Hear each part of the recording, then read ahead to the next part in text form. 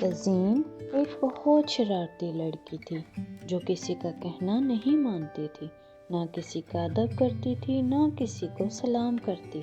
School میں بھی وہ کورس کی کتابیں پڑھنے کی بجائے چھپ کر پریوں کی کہانیاں پڑھتی رہتی تھی۔ جب بھی کوئی ٹیچر اس سے سبق سنتی تو وہ انہیں کچھ نہ سناتی۔ ایک روز اسکول میں اس کا قلم گم ہو گیا۔ اس نے اپنی ٹیچر سے کہا، میرا قلم کسی نے چرا لیا ہے۔ ٹیچر نے پوچھا، کیا تمہیں یقین ہے کہ یہ چوری ہی ہوا ہے؟ وہ بولی، ہاں، میری کلاس کی لڑکیوں میں سے کسی نے چرایا ہے۔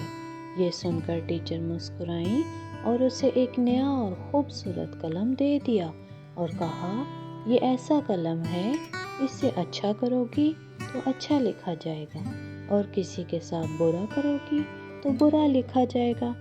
ایسا قلم اس نے پہلے کبھی نہیں دیکھا تھا۔ گھر پہنچ کر اس نے جلدی جلدی اپنا ہوم ورک کیا اور پھر باغ میں کھیلنے چلی گئی۔ اس نے دوبارہ پڑھنے کی تکلیف بھی نہیں کی۔ دن بھر خوب ڈٹ کر شرارتیں کی، شام کو اپنے چھوٹے بھائی کی پٹائی بھی کی۔ اگلے روز ٹیچر نے تزین سے کہا، اپنا سبق سناؤ۔ تزین نے پڑھنا شروع کیا لیکن پھر شرمندہ ہو گئی۔